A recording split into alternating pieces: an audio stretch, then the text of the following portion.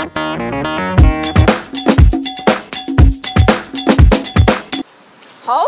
hvad er det? Det ligner 1000 kroner. Ioniserende stråling? Var der nogen, der sagde ioniserende stråling? Det er Dr. K her. Ioniserende stråling er stråling, som har en stor nok energi til at løsrive elektroner. Altså slå dem væk fra det atom, de sidder på, og så dermed ionisere det. Fordi elektroner selvfølgelig har en elektrisk ladning. Dermed skaber det et overskud eller et underskud af elektrisk ladning. Og så bliver det ioniseret, som det hedder. Man ser typisk ioniserende stråling fra radioaktive stoffer. Det vil altså sige atomer eller atomkerner, som er ustabile. Så begynder de stort set at smuldre fra hinanden, så der ligesom går små stykker af atomet fra resten af atomet, og på den måde så skabes ioniserende stråling typisk. Der er 3 store typer af ioniserende stråling. Den første hedder alfa-stråling, det vil sige det er en heliumkerne, altså 2 protoner og 2 neutroner. Den anden, det hedder beta-stråling. Det kan være enten elektroner eller det, der hedder positroner, hvilket sådan set bare er det modsatte af elektroner, med en positiv ladning. Og så er der også det, der hedder gamma-stråling, og det er elektromagnetisk stråling. Alfa-stråling er forholdsvis nemt at stoppe, mens beta-stråling er lidt sværere at stoppe, og gamma-stråling er meget svært at stoppe. Det må være fint. Men hvor kommer ioniserende stråling fra? Det kommer fra medicinsk behandling, som f.eks. kemoterapi eller undersøgelse som røntgenfotografering. Alt i universet er opbygget af grundstoffer, og nogle af disse grundstoffer er radioaktive, det vil sige, at de er ustabile og har dermed et overskud energi. Det skal vi så komme ind i. Halvdelen af den årlige dosis kommer fra den alfa-radioaktive kilde, radon, og radon findes så i undergrunden. Radon er i 8. hovedgruppe, og det vil sige, at det er en ædel gas. Den siver så op gennem fundamentet og påvirker os.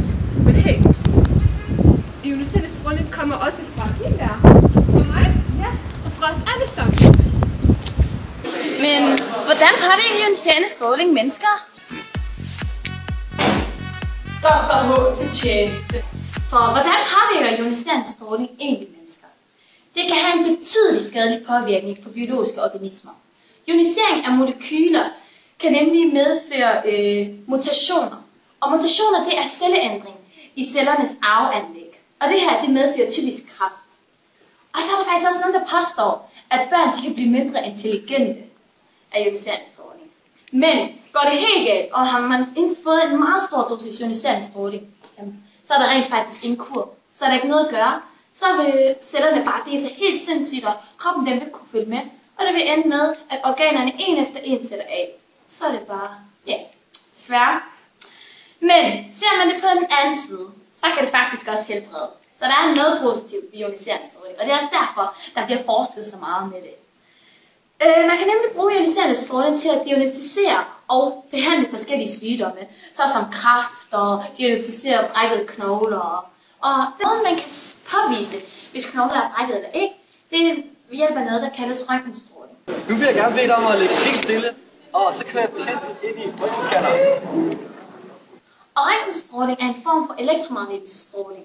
Og det, man forstår ved elektromagnetisk stråling, er en form for, altså det er en overførsel af energi i form af bølger med både elektrisk og magnetisk karakter.